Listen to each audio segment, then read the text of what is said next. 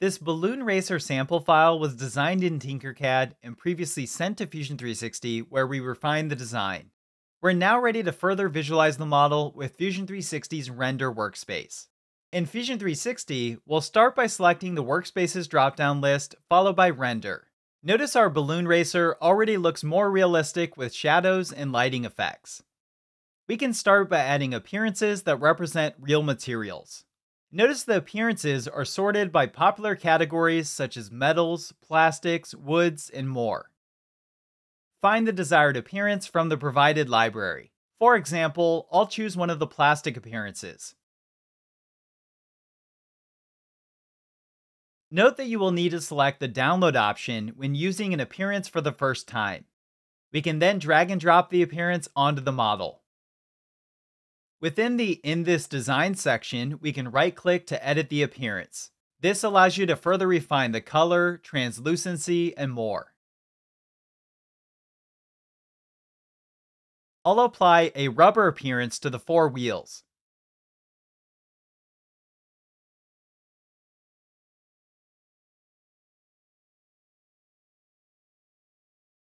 Once complete, I'll find a chrome appearance for the two axles.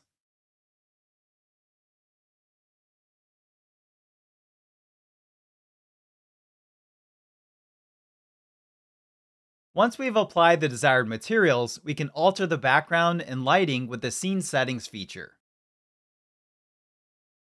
The Environment Library tab includes several pre-made environments that we can drag and drop into our design. Notice how much the light and shadows change as I test out a few of these environments. On the Settings tab, we can change the background color along with the brightness and additional camera settings. I'll change the background color to white. We can also add decals to the car using Fusion 360's Decal feature. This feature allows us to place static images on the model. Select Insert from My Computer and choose the file from your local computer. We'll then define the plane. For example, I'll place the Autodesk logo on the hood of the car. You can then rotate, scale, and position the logo using the provided manipulators.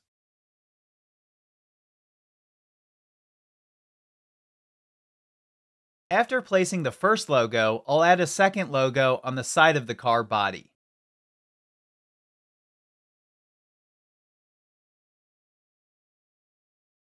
Once again, use the manipulators to rotate and scale the decal as needed.